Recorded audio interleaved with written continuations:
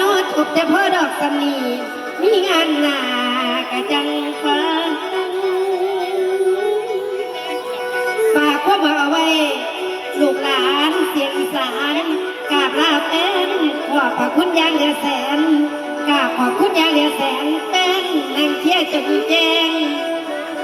จนมาเสียงตะเวนคืนอนุโนเป็นมือใหม่มาโน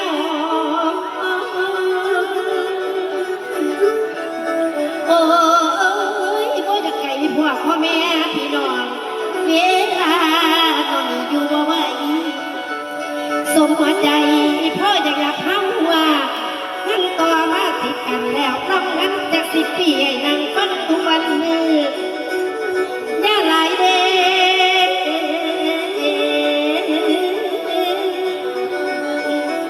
อย่าหลายเด้อยากบอกคือแต่ตัวเจ้าเป็นหมอลำสิเปิดหน้ากราบอำลา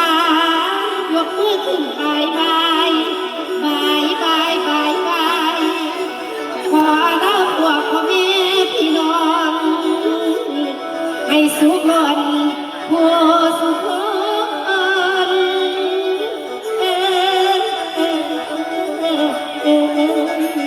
เจริญ